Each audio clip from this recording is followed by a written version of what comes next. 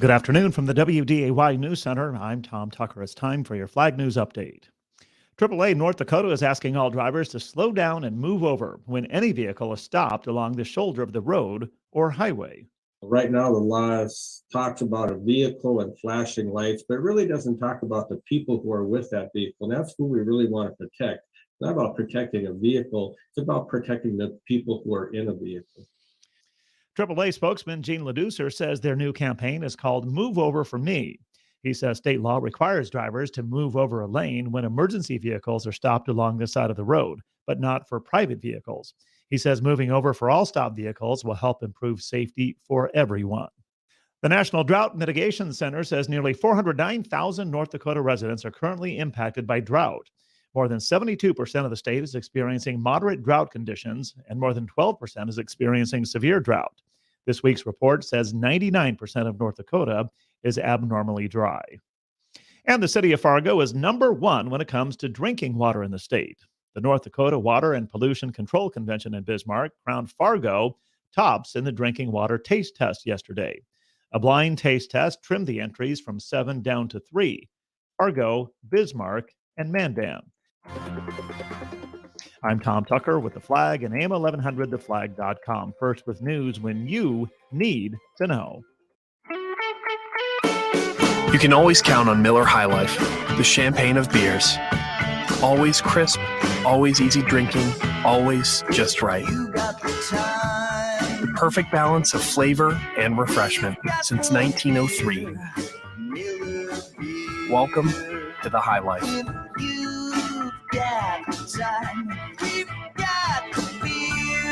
2019 Miller Brewing Company, Milwaukee, Wisconsin. Celebrate responsibly. A residential neighborhood shattered by gunfire. Lisa Brady, Fox News. You can hear it in their voices, the confusion and fear. Mom and I are at home and we heard some shots outside, and I looked out my window and there's the neighbor is on the ground, I think. Police in North Carolina just releasing the 911 calls from yesterday's killing spree in suburban Raleigh. 2 people killed before 5 more are shot along a nearby walking trail. 3 of them also died. An off-duty police officer who was on his way to work and a 16-year-old boy are among the dead. Police Chief Estella Patterson called it a senseless gun crime. While we are grieving, Raleigh remains a resilient community, and we will get through this together. 2 others were hurt, including a 59-year-old who was in critical condition and a Raleigh police officer who was treated and released. Fox's Tanya J. Powers, the suspect, a 15-year-old boy, was hospitalized in critical condition, captured after being cornered in a home last night. Police haven't said how he was injured or discussed any motive. President Biden is urging the Senate again to pass the House-approved ban on assault weapons in a statement expressing shared grief and frustration over the shootings. His administration telling Americans again they understand the frustration over inflation. The Federal Reserve is obviously very committed to doing what it takes to bring inflation down. And Treasury Secretary Janet Yellen at the World Bank's annual meeting says the president keeps working to help lower costs and boost energy supplies as Republicans keep hammering his policies ahead of the midterm elections. Wall Street remains worried, the Dow dropping 403 points today. A deadly explosion in a coal mine in northern Turkey leaves at least 14 workers dead. At least 28 others were rescued. It's under investigation. America is listening to Fox News. You've got advanced prostate cancer, but you're not waiting around. You want straight talk, the facts about Orgovyx. Orgovyx Relugolix 120 milligram prescription tablets is a treatment for adults with advanced prostate cancer. Fact: Orgovyx is a different kind of androgen deprivation therapy treatment, a pill, not an injection. Orgovyx may cause serious side effects, including a heart condition called QT prolongation. Tell your doctor right away if you feel dizzy, faint, have a racing or pounding heart, or chest pain. Orgovyx can cause harm to an unborn baby or miscarriage. Use birth control during treatment and for 2 weeks after Orgovyx treatment. The most common side effects include hot flushes, increased blood sugar and blood fat levels, muscle and joint pain, decreased blood hemoglobin levels, increased liver enzymes, tiredness, constipation, and diarrhea. Other side effects include weight gain, decreased sex drive, and erectile function problems. Orgovyx may cause infertility. Talk to your doctor if infertility is a concern for you. Go with Orgovyx. Ask your doctor. For more facts, visit gowiththefacts.com. Mostly cloudy skies for this evening and still chilly. We'll have temperatures in the 40s, dropping off into the upper 30s after sunset with a northwest wind, calming down between about 10 and 15. Overnight, we'll drop down to a low near 30 under partly to mostly cloudy skies, and the sunshine returns for your Saturday. It will be a little bit warmer with highs in the mid-50s, but a reinforcing shot of cold air comes in on Sunday. It'll be blustery with highs only in the lower 40s. From the Skywatch Weather Center, I'm Chief Meteorologist Dean Wysocki.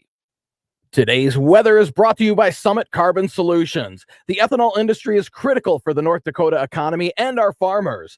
Summit Carbon Solutions is opening new economic opportunities for ethanol producers and helping maintain a strong market for corn growers while generating millions of dollars in new property taxes to help local communities support our schools and hospitals.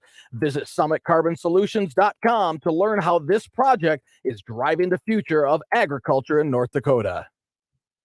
Live from the PetroServe USA studio, it's the Chris Berg Show, your daily dose of truth to help set you free. Happy Feel Good Friday. We got a very special guest in store for you today because yesterday, as we all know, the inflation numbers came out. We've got a certain inflation situation in our nation. Numbers came out higher than expected, 8.2% overall. We touched on this briefly yesterday. Food inflation at 11.2%. It's just simply unsustainable for the average American family. You've got also energy coming in at 19.8%.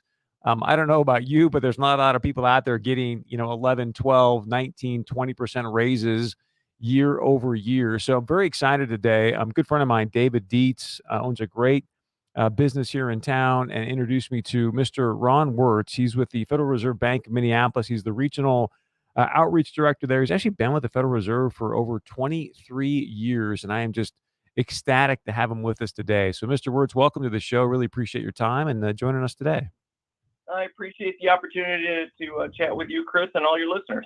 Thank you. We have touched on the Fed now for quite some time, especially with obviously what's going on with the rates as of late and inflation. And so I think let's just go to the basics. I mean, one of the things that's amazing to me, Ron, is that just how much, you watch Jerome Powell speak and it changes the markets, changes the trajectory of the economy at times. And yet very few people truly understand what is the Federal Reserve? How was it created? So let's just go to the basics. How would you explain what is the Federal Reserve? Is it a federal agency? Is it a private bank? What is it? Okay, so the Federal Reserve is the nation's central bank. And what is that exactly? Well, this nation's central bank is essentially, the bank of the federal government. And we do a lot of things, and I could go into a fair amount of detail on that. But generally, so historically, it was created in 1913 by an act of Congress. So we are a creation of Congress, but we are essentially kind of a quasi-public, quasi-private organization. I can tell you a little bit more about how we fit in both buckets. But generally speaking, we are an independent agency within government is how the best way to think about it. When they set the Federal Reserve up in 1913, they really wanted kind of a distributed power model. So that's why there's a board of governors in Washington, D.C. That's Jerome Powell and the board of governors. And then there are 12 banks located across the country. And each of us are independent in our own right. We set our own budgets, things like that. And we each have a territory. Now, we're the 9th Federal Reserve District in Minneapolis, and our territory, each of the district banks have a territory where they're essentially expected to provide service and pay attention to that economy. Our economy in the 9th Federal Reserve District runs Upper Peninsula of Michigan, Northwest Wisconsin, Minnesota, North Dakota, South Dakota, and Montana. So it's a very big region, one of the more lightly populated regions of the 12 district banks. And in terms of what we do at the district level, there's a number of things, but I would kind of point to three basic duties that each of the district banks focus on. The first one is that we supervise and regulate banks. Now, not all of them, in fact, not even that many, but all of the really big, systematically important banks, the Wells Fargo, the JP Morgans, those big bank holding companies. We also offer financial services. So we oversee the nation's payment and settlement system. So, for example, if people out there listening happen to get a direct deposit for their check, there has to be somebody that essentially clears that payment, says, yes, the payer has enough money. goes into that. It goes into the person's account. That payment is cleared. We do that, and then we're the lender of last resort. When the finance sector gets in trouble and needs liquidity, we're the place where banks can go as a last resort for capital. And then we set monetary policy, and that's really the space that I work in. And here, there's really a number of things to talk about. But what I would bring to your listeners is that monetary policy is really, it's the thing that I think people are most familiar with in terms of setting interest rates. But what I would point you to more is our dual mandate. So when Congress created us, they didn't do this immediately. I believe they did this in the late 70s. They gave us kind of a dual mandate. And what that means is when we think about monetary policy, we want, the Congress wants the Federal Reserve to think about it in two ways. They want the Fed to think about monetary policy to stabilize prices. Now, again, as you mentioned, we're not in that space right now, so we can talk more about that. But the reason we want stable prices is really for investment. Investment is what drives the economy, and if people see stable prices, both businesses and homeowners are more likely to invest in the future, and that really is what drives the economy. And then the second part is maximum employment. So when we think about monetary policy, we want to know what's happening to maximize the opportunities for people to work. And that is more of a moving target. Happy to talk more about that. We used to think maximum unemployment, we used to think maximum employment was 5% unemployment. We clearly know that that's not the case anymore. So we're still learning exactly how we can maximize employment, but it's really those two things that we're always trying to trade off or complement each other as it relates to when we raise or lower interest rates and do other kinds of monetary policy things. So I hope that made a real quick kind of primer. I mean, really, that was very thorough. So I appreciate it. And you said so much. There was like, oh, I want to talk about that. I want to talk about that. So if you're just joining us, Ron Wirtz, he's the Regional Outreach Director for the Federal Reserve Bank of Minneapolis. Been there for a while, so he knows our area really, really well. He's going to stay with us for a couple segments. We're going to have him again next week, hopefully kind of an ongoing conversation with you so we can really get a good lay of the land of what's happening economically within our community. Now, I want to back up where you said, hey, Chris, we're quasi-public, quasi-private. Explain that in more detail, because my understanding, I get that the Congress, quote unquote, created you, but you're still a private bank, yes? Yes. So one way to describe it is, so all of the Board of Governors, they are appointed and approved by the Senate, recommended by the President, approved by the Senate. So they are all publicly appointed. But each of the individual district banks, we all have private boards of directors. So they all come from the private sector. Some of them may be from nonprofit organizations, and there's 3 different classes of directors.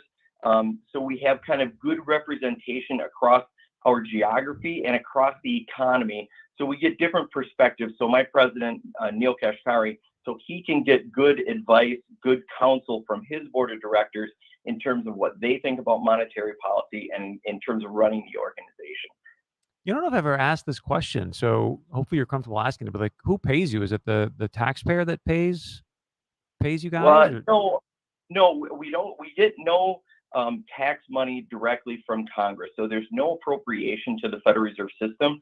So we have a balance sheet, and I think your listeners are probably familiar that, our balance sheet has increased because we've been trying to keep interest rates low. And by doing so, we've been in the market buying securities to try to keep the price of those low. Well, if we own securities, we get interest on that.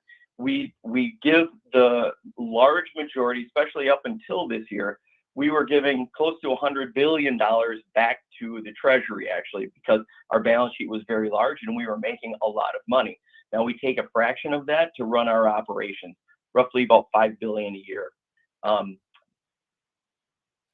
There are direct appropriation. If we gave all the money back, then there'd be no money for us to have a Federal Reserve, I guess is how I would put that.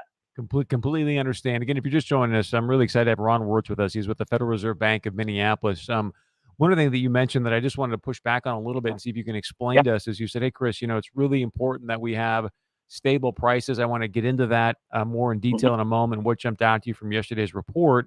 But I think you said, hey, Chris, what we find is that stable prices actually cause people to make more investment. And I think if you look at over the last at least few years when you had these very, very low interest rates, I think a lot of business owners and homeowners and a lot of people would suggest that it was the low interest rates that was the impetus to the investment, not necessarily stable prices.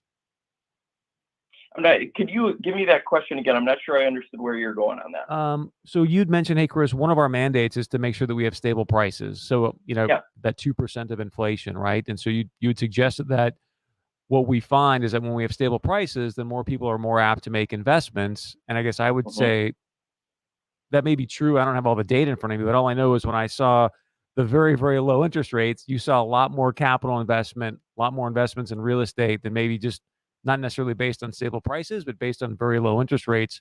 Seems like that was more of a precipice or a impetus to make investments rather than stable prices. Well, what you want to remember, Chris, is we're trying to do two things at the same time. We're trying to keep a low price environment, a low inflation environment is a better way to say that. And we also want to try to encourage maximum employment. So that's why rates were low, because the Federal Reserve thinks so long as there's not inflation, we want to keep rates as low as we can to encourage people to take out those loans, to invest, to make capital expenditures. And they are going to do more of that if rates are actually low. So, when you came out of the Great Recession, I think there was a lot of nervousness, maybe even in the Federal Reserve, about very low rates and its inflationary impact. Well, it took 12 years and it never showed up. So that's why rates stayed low the entire time, because we kept seeing we didn't see, frankly, a really strong job market really until you got to be about maybe 2015. Now, they'd be different in North Dakota because of the Bakken boom and things like that. But nationwide, we knew that we need to try to create more jobs. Inflation was not to be found. So that's why rates were kept low. And that's why you did see kind of that capital expenditure, that capital expanse that you did. It was because rates are low, yes, but it's also because we kept them low to encourage more employment creation. Ron, we've got about another probably minute and a half here, and like I said, we'll keep you through to the next segment because there's just so much to discuss. But I did want to get you, and if you want to continue this in the next segment, great. But so yesterday the numbers come out a little bit hotter than maybe people expected. What really jumped out to you? And I want to ask this from a standpoint for our listeners. Like, what was the most important piece of information in yesterday's inflation CPI report that you think matters to the people listening right now? I think the overall number, just that we are still seeing a high price environment. And the Fed really, really is paying attention to this, and particularly for low income houses, those that are a little bit better off can absorb inflationary shocks a little bit easier. Nobody likes paying more at the pump, but for those that don't have options, to trade goods or maybe just absorb a little bit higher costs, low-income households are really struggling in this environment, and we understand that. So the fact that we didn't see much movement in the CPI numbers, we're paying a lot of attention to that, and we're hoping to see a little bit more traction on getting inflation under control. So based on the number from yesterday, do you anticipate 75 basis points in November and December? That's way out of my pay grade, Chris, so I can't. That's fair. What I will tell you is that the Fed has gone on record to say that we expect to make additional increases. How big those are, we're a very data-driven organization. So I would say that recent numbers are not going to pull us off that stance for sure. Now, I was with President Kashkari actually earlier this week, and he said publicly that he does expect, and his colleagues at the FOMC expect kind of the real natural rate to be somewhere in the 4.5% in terms of the federal funds rate. Now, with the numbers, with what's come out recently, I don't know whether or not those estimates are changing at all. I think what's safe to say is two things. We are likely to increase rates, and we are likely to do so fairly aggressively until inflation is really under control. They see this as the number one job, and I think they will be relatively aggressive, or maybe even very aggressive, depending on what the data are suggesting. Fascinating conversation. Ron, I'm so grateful for your time. He's going to stay with us for another segment here. Ron Wirtz, he is with the Federal Reserve Bank of Minneapolis, Regional Outreach Director. When we come back, we'll talk more about what do these numbers really mean for you and your family, and what can you anticipate for the rest of 2022. This is the Chris Berg Show. If you want to text into the show, you can do so 701-203-2260. Your farm and business depends on a reliable source for energy. PetroServe USA is the customer-owned co-op committed to being a stable source of fuel for your equipment and propane to dry your grain. We have the capacity to make sure you never run out of fuel and to keep prices stable. Dependability, competitive prices, and exemplary service. That's PetroServe USA, helping America fuel better. PetroServe USA. Call today. 33rd Avenue South.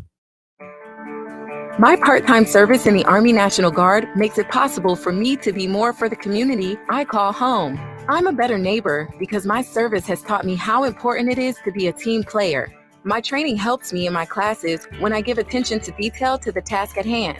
My service also allows me to be there for my community in ways others can't. I help my hometown recover after nature strikes.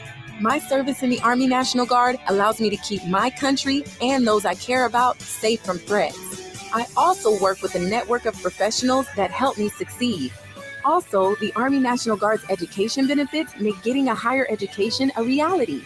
Being an Army National Guard soldier makes living and serving in my community more rewarding every day. Learn more about how you too can live and serve part-time close to home by visiting NationalGuard.com. Sponsored by the North Dakota Army National Guard. Aired by the North Dakota Broadcasters Association at this station. They call it the Golden State. Now, California leads the nation in homelessness and crime, while businesses and taxpayers are fleeing. And the woke agenda is so bad, they're pushing it for non-citizens to sit on juries and kids as young as 16 to vote. And even liberal Governor Gavin Newsom may run for president. Now, Rob Schmidt goes to California to expose the madness. All this week, he's in Los Angeles telling the truth about California's dangerous ways and how it could infect America in your state. So watch Rob Schmidt tonight on Newsmax, 6 p.m. Central. Millions are tuning into Rob and Newsmax for the news they can trust. Find Newsmax on all major cable systems.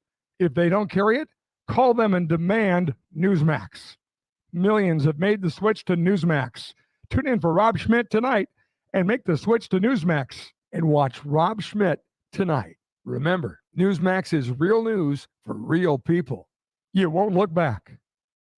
Business owners, you know how important a high-quality website is for the success of your business, but how well is your current site performing? This is Jake from OnSharp, and I want to let you know about a new tool we created that will instantly scan your website and give you insight into your site's speed, security, and SEO. Run your company's free scan today at scan.onsharp.com, and you'll get a grade in each area, as well as actionable steps you can take to make your site faster, safer, and more effective. Again, that's scan.onsharp.com.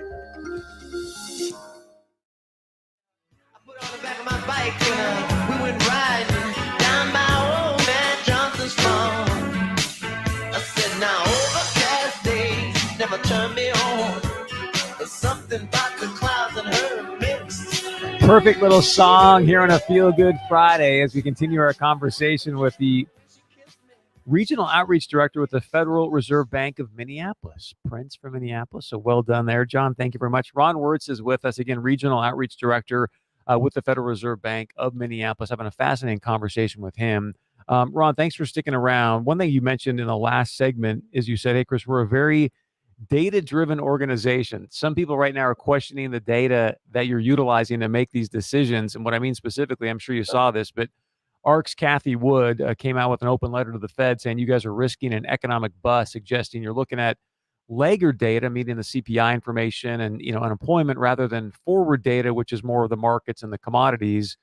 I think a lot of people would probably say she has a point. What say you? Yeah, I mean, I think the Fed is open to some criticism on where we are right now. I mean, we're a human organization, Chris, and what I would say, especially trying to read real-time conditions, is more art than science, or at least more art than science than we would like to. Than we wish it was the case.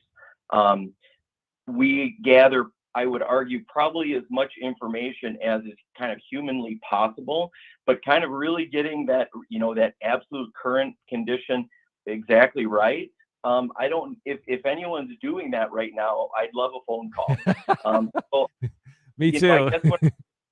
I think it's fair to critique what our decisions have been. I think it's I would say first, we're clearly looking at the same commodity and market kinds of information that the editorialist was.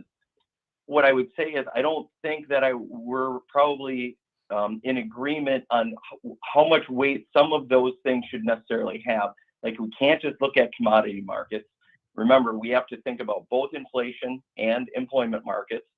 We are also looking at, the unfortunate thing about interest rates and about monetary policy is interest rates is really kind of this Thor's hammer, and you want to try to wield it with some prudence. And I think we've acknowledged that we probably didn't act fast enough, but it was because a lot of the things that we expected to happen, if you go back maybe 18 months ago, when the vaccine was coming, we did see a high price environment, a high inflation environment.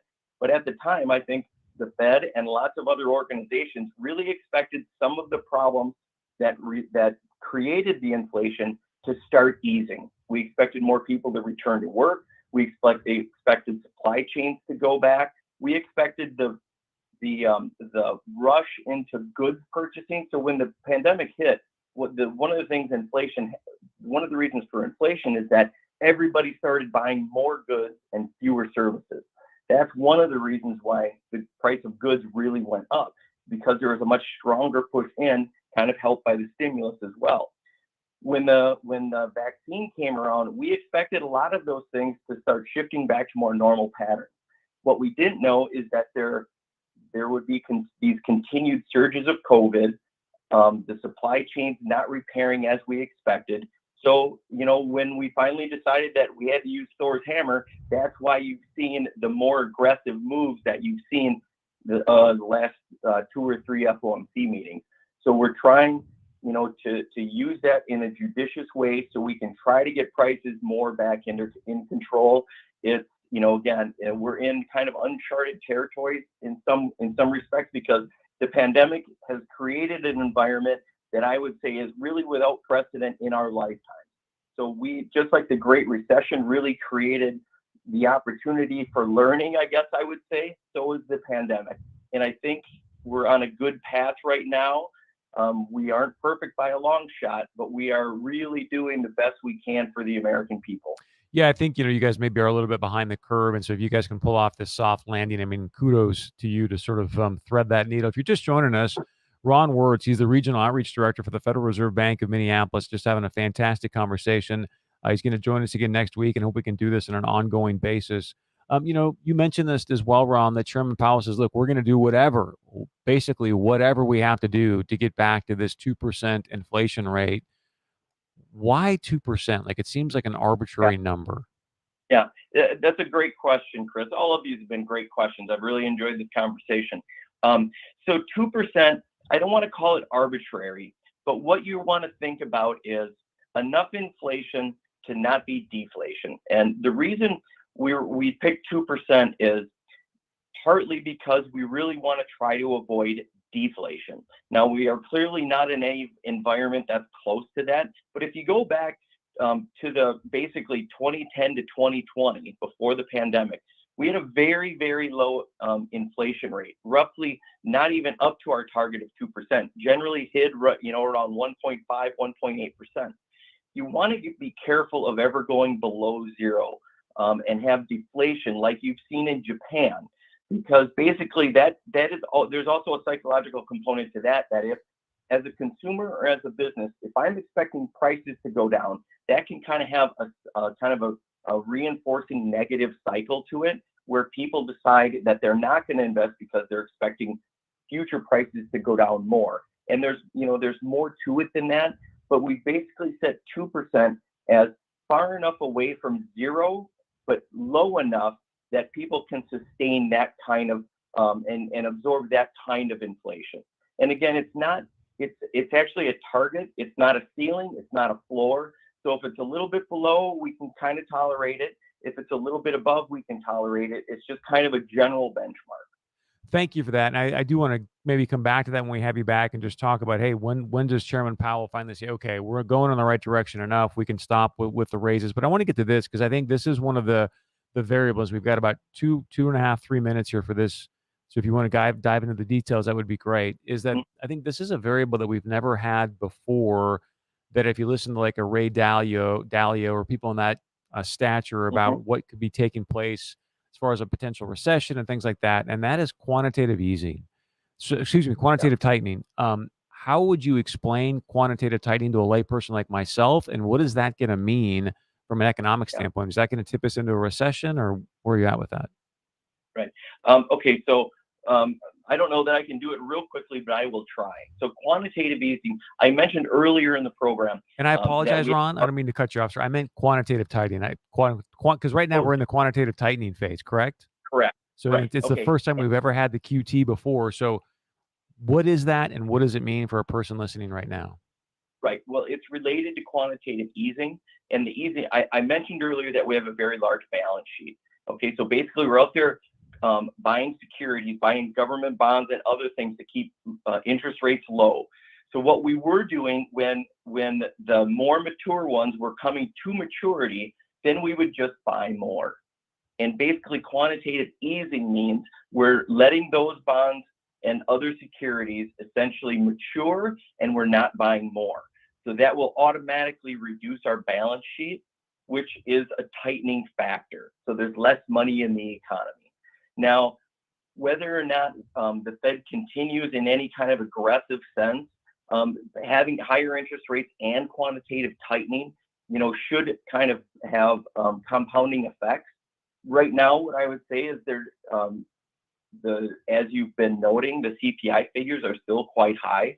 So it's clearly not overdoing it yet. And we're paying an awful lot of attention to where that pivot point is coming. We clearly haven't found it yet. And I think both measures are, with both of them, I think the Fed has some options for actually kind of easing back on that Thor's hammer that I talked about when we start feeling that monetary policy is starting to have some impact on prices. Does that help?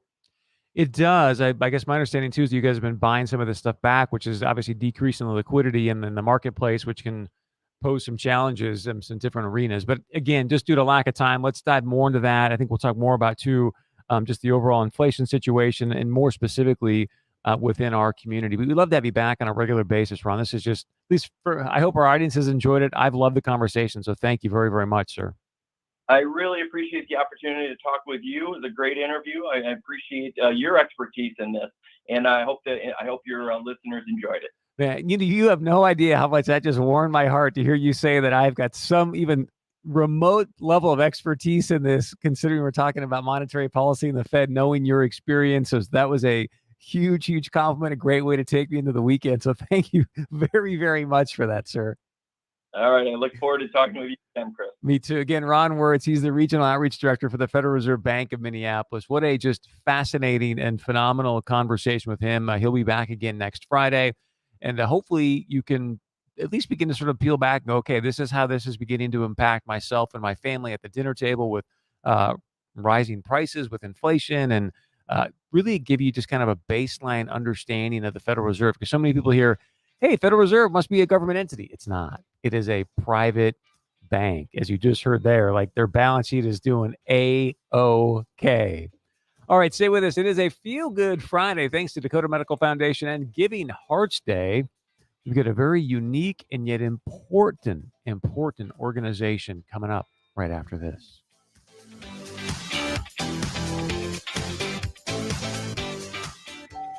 Mostly cloudy skies for this evening and still chilly. We'll have temperatures in the 40s, dropping off into the upper 30s after sunset with a northwest wind, calming down between about 10 and 15. Overnight, we'll drop down to a low near 30 under partly to mostly cloudy skies, and the sunshine returns for your Saturday. It will be a little bit warmer with highs in the mid-50s, but a reinforcing shot of cold air comes in on Sunday. It'll be blustery with highs only in the lower 40s. From the Skywatch Weather Center, I'm Chief Meteorologist Dean Wysocki.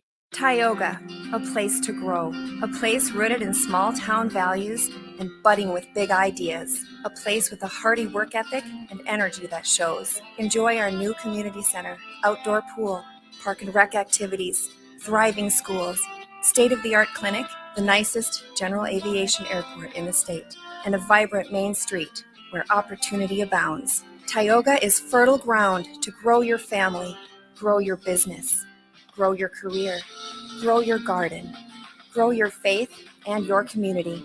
It's a place to call home, where everybody knows your name, where people still smile and wave.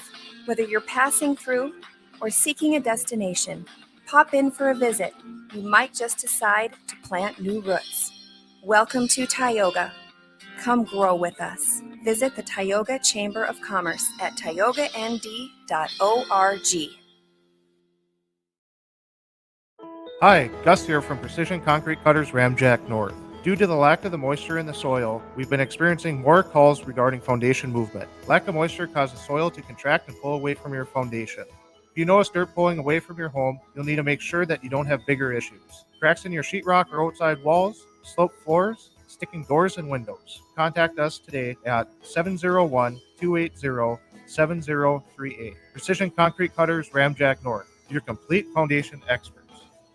Jerry Breyer is here, the generous one from Gold Silver Exchange Grand Forks. Let's talk about why precious metals are so very valuable right now. Well, many financial advisors are recommending that we buy gold and silver now. And with all the advertising you see on TV with the gold and silver, we can match and beat any of those prices. We recommend you load up on silver and gold while there's a good supply. At some point, the supply is going to get very short. And if you're not here early, you may have to be on a waiting list for some time, like we were the last time in 2011 and 12. Call Jerry and his team. They can be trusted. You don't want to be dealing with somebody you don't know over the phone, from a TV commercial. Give them a call, 701-746-9952, or online too at Gold Silver Exchange. Tell them Scott sent you to Gold Silver Exchange Grand Forks. Brr, sounds like winter out there. Did you just say? Yep, they sure did, and it's coming. Hi, I'm Matthew, owner of Fix It Forward Auto Care. Winter's on the way, and it's time to get ready, including getting new all-weather tires designed specifically for our icy winter weather. Take advantage of our current rebates and availability, and our team can have you ready for winter today. Fix It Forward Auto Care, the name you trust for car repair. Fix It Forward Auto Care.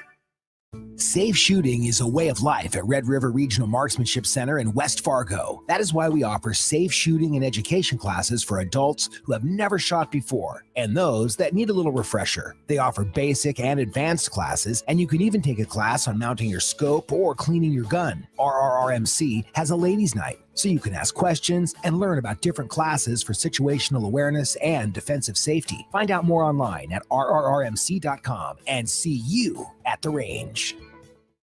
Neither am I. And the air outside so soft, saying everything.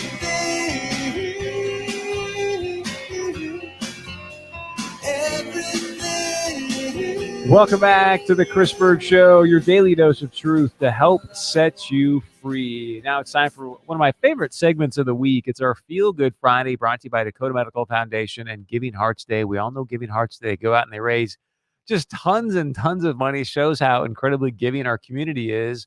But then oftentimes you sort of lose track of, okay, we raised $20-some million, but like, what is that doing in our community? How is that making a difference? And this is where Feel Good Friday comes in. We get a chance to visit with some of these organizations that are going out and doing great, great things in our community and find out how Giving Hearts Day is making an impact for them. So join us today in studio. We've got Deb Call. She's the executive director with the Memory Cafe of the Red River Valley. Well, welcome to the show and happy Feel Good Friday. Thank you so much for being here, Chris. I really appreciate it. It's great to have you. And, the memory conversation is so important and pervasive today. So talk about what is the Memory Cafe? Memory Cafe addresses the problem of people who are forgetting, being forgotten. It shouldn't be, but it's true. It happens all over the world. It happens in the Fargo-Moorhead area. And not only that, but their caregivers, their care partners who are caring for them are also forgotten, which again shouldn't be. And nobody intends for that to happen, but it does. And so Memory Cafe exists in order to bring education, quality of life enhancement strategies, and to these individuals and to the community. And we also strive to remind people of their intrinsic beauty, that they are intrinsically beautiful and valued by us and by the Lord, by the community. And so we are really considered it a privilege to really work within the stigma of dementia that causes people to feel like they can't leave the comfort of their home and the safety of their home. They isolate themselves and become increasingly anxious and depressed and nervous about leaving their homes. And people around them, unfortunately, we community members leave them alone, and we forget them, and we feel uncomfortable sometimes, and so we purposely don't visit because we don't know what to say and how to say it and how to meaningfully and comfortably engage with them.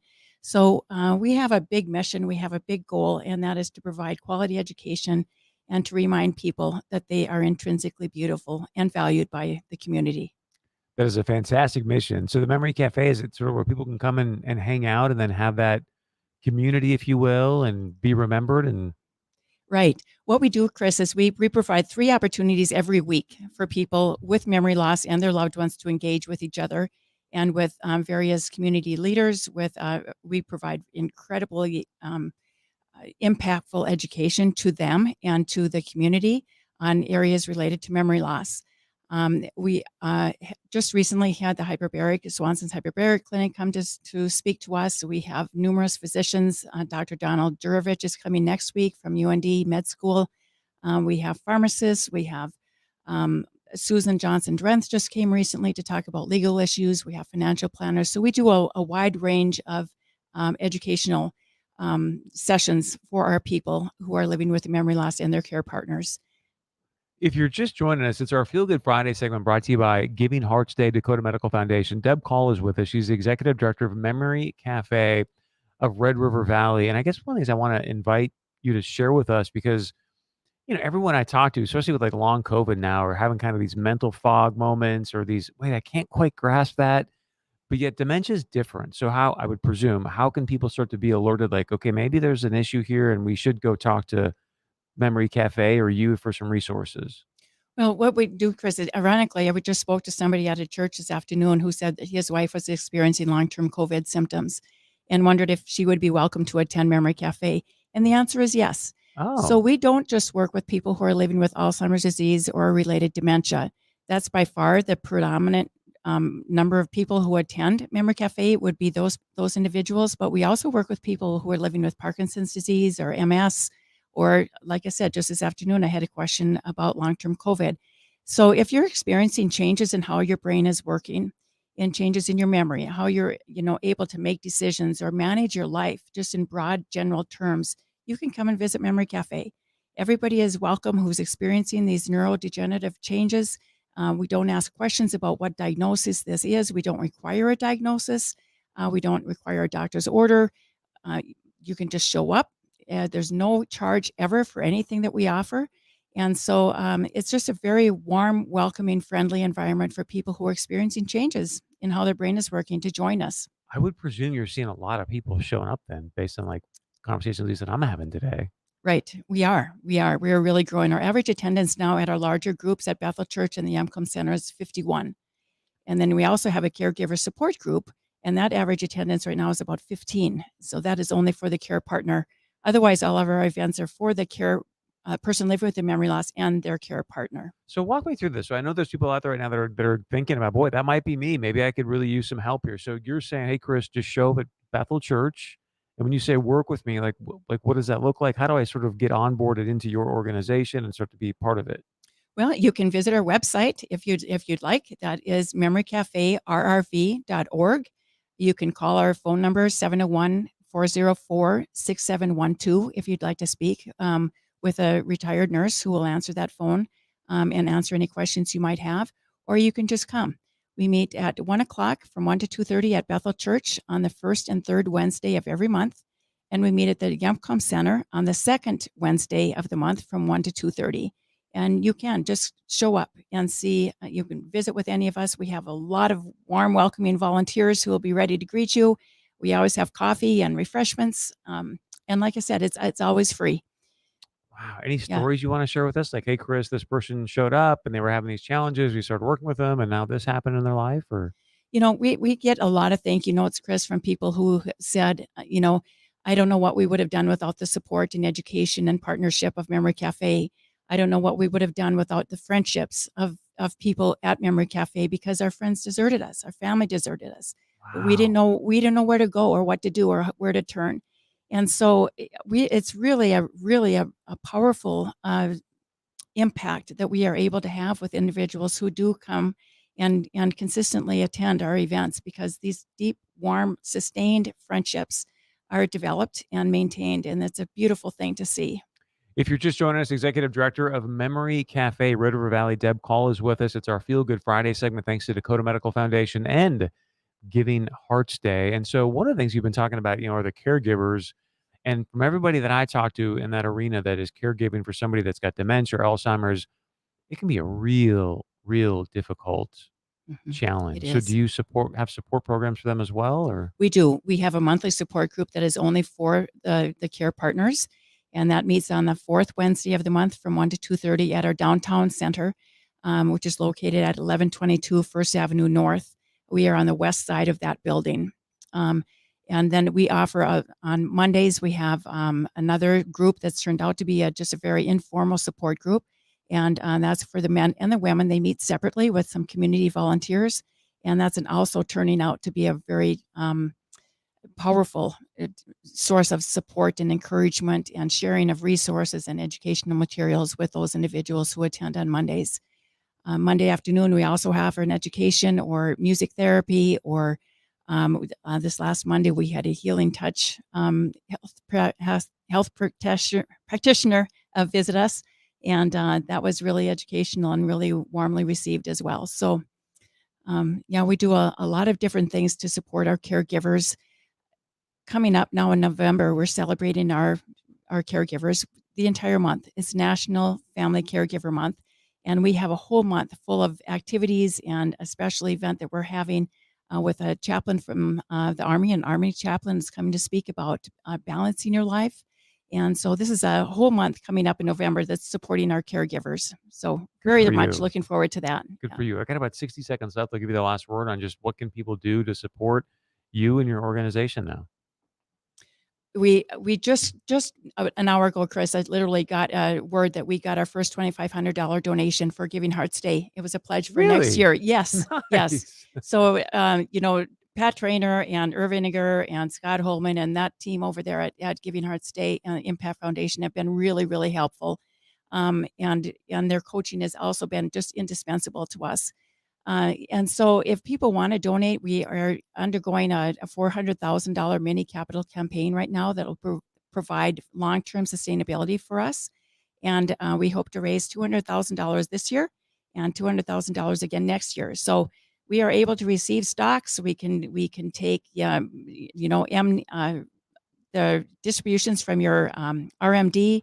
We can take employer matching funds. We are set up to really take any kind of funds that anybody would choose to give to us. So whatever we can do in terms of pledges or gifts, we warmly appreciate that. Good for you. Thank you for being here today.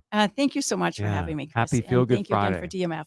I was just going to say, and thanks again to Dakota Medical Foundation and Giving Hearts Day. It's Deb Call. She's Executive Director from Memory Cafe of the Red River Valley. Just Google it. You can check them out. And if you want to support what they're up to, obviously doing some very important and great work within our community. Stay with us when we come back. I don't know. Somebody said there might be a football game this weekend somewhere in town. We'll talk about that and much more coming up right after this.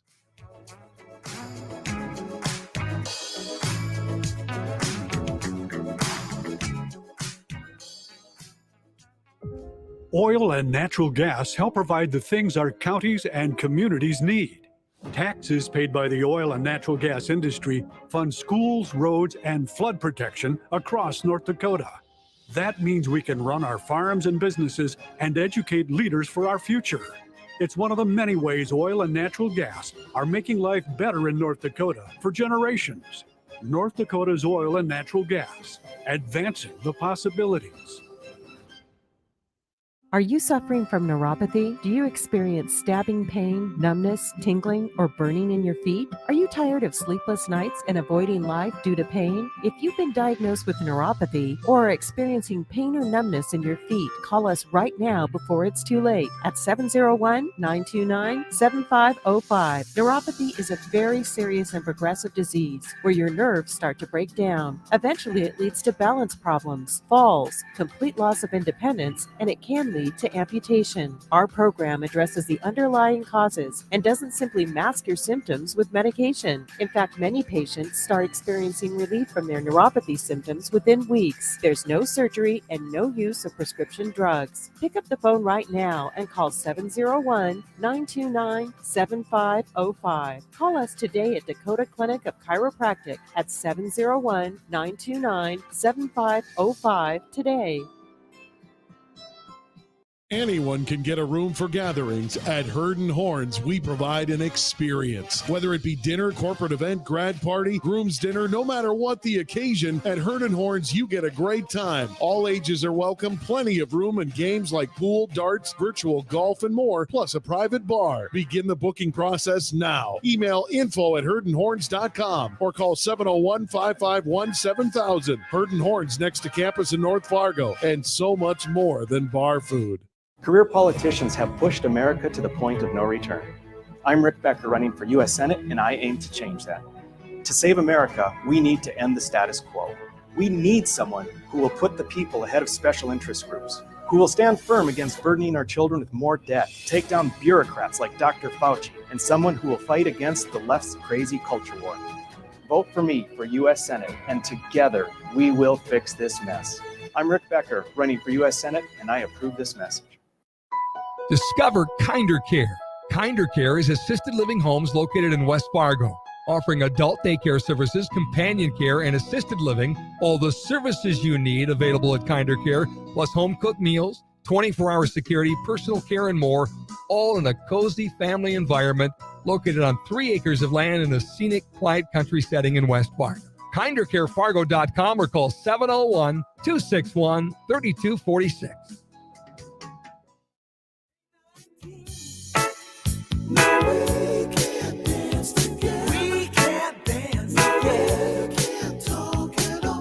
Please take me along when you slide on down.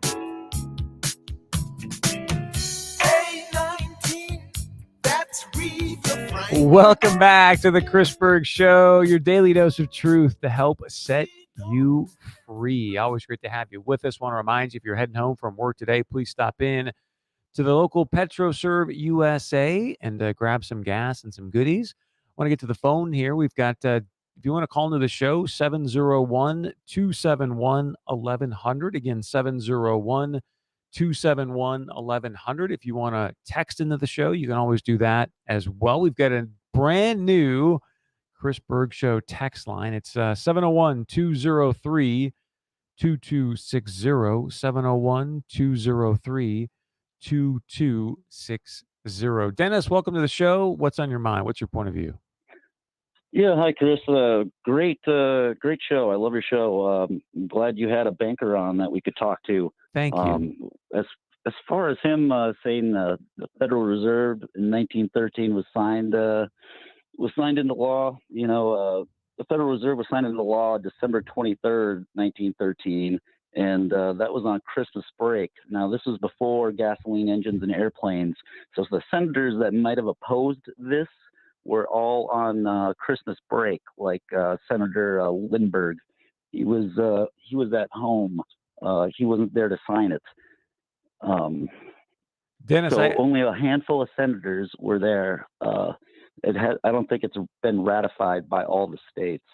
Very interesting. I didn't know that, but I appreciate you calling in because I think that was part of the premise of the conversation was, hey, just what is this thing, right? Like we all hear about it, but I think so many people, at least I know I did for a long, long time, just sort of presume Federal Reserve. it's got to be part of the federal government. And then we find out that no, in fact, it's got entirely different of its own balance sheets. And in fact, go ahead, sir. Quantitative easing is theft, and Woodrow Wilson said, "I'm a most unhappy man. I have unwillingly ruined my country by selling it into a system of credit." And I also think it's important to point out that the year before, when the financiers that would have opposed the Federal Reserve all died in the Titanic. You have Ben Guggenheim, and you have John Astor. These are prominent people that would have been opposed to the Federal Reserve. Thank you for that. We may have to have you back and do a little bit of history. I know many people out there have read the book. What is it? The something from Jekyll Island? The Creature from Jekyll Island. Yeah, there the you go. Creature from Jekyll Island, which is about the sort of the genesis of the Federal Reserve. If you haven't read that book, very, very fascinating. I haven't read it in its entirety, but I definitely have seen it. The Creature from Jekyll Island. And yeah, we're going to have him back and continue to have some really, really good conversations. The other thing I think it's important for people to know is something else was instituted in 1913, and that was the federal income tax. So a lot happening in 1913. Other people text into the show saying, hey, that the Fed needs to get audited. Somebody else emailed in and said this. Chris asked him why the Fed gets 2 years before they disclose to who and how much they lend to. One of the conversations I wanted to get into with Ron was, so kind of just walk us through, like, how do you guys create this money, right? Like, how do you just create money out of thin air? How does that work? So we'll have him back. We'll get into much more conversations and maybe even give you an opportunity to text or email in questions or comments ahead of time for him. Last night, Carson Wentz breaks a 4-game losing streak, believe it or not. I mean, it's hard to even say that with Carson Wentz in the same sentence, but just want to play a quick clip from you from last night's game because Carson doing it all.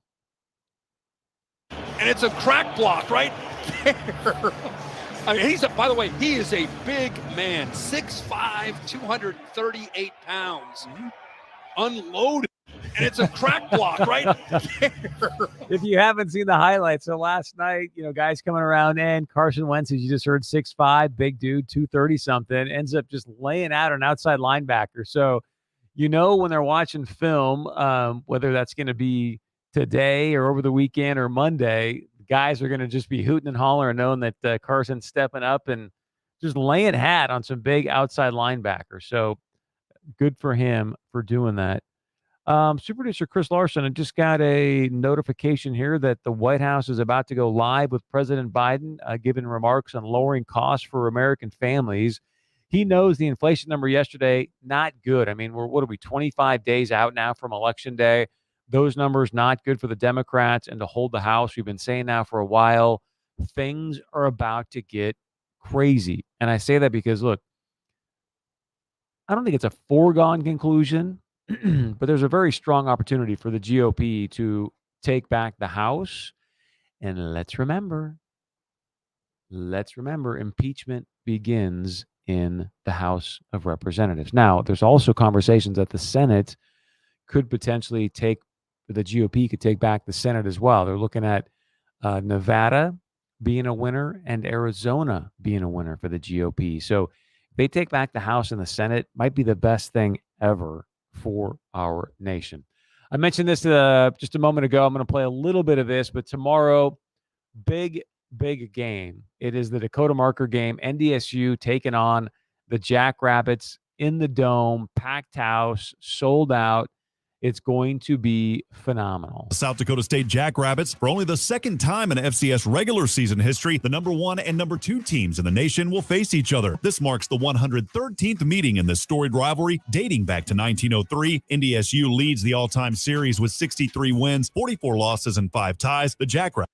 Number 1 versus number 2 in the Dome tomorrow. Going to be a fantastic game. This is the Chris Berg Show. I love you. Have a great weekend. We'll see you back here Monday at 4.